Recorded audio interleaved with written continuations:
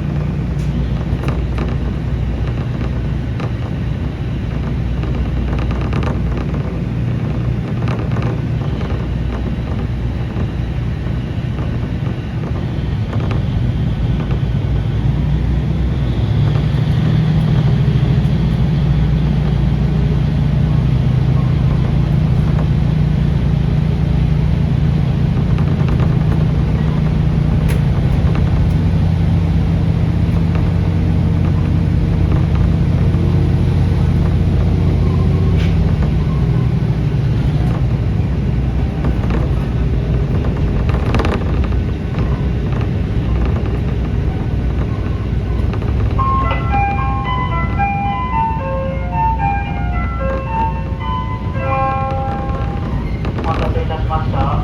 今日も JR 四国をご利用くださいましてありがとうございます。本列車は鳴門線、正髄宮方面各駅停車の鳴門駅です。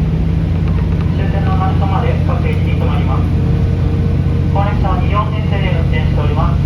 お手洗いは前側の車両にございます。お手洗いを含めまして車内禁煙となっております。おタバコはお吸いになりません。携帯電話、スマートフォンはマナーモードに設定ので車内での通話はご利用ください。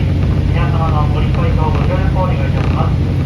まもなくタコに着きます。降り口は右側です。この列車のドアは自動で開きます。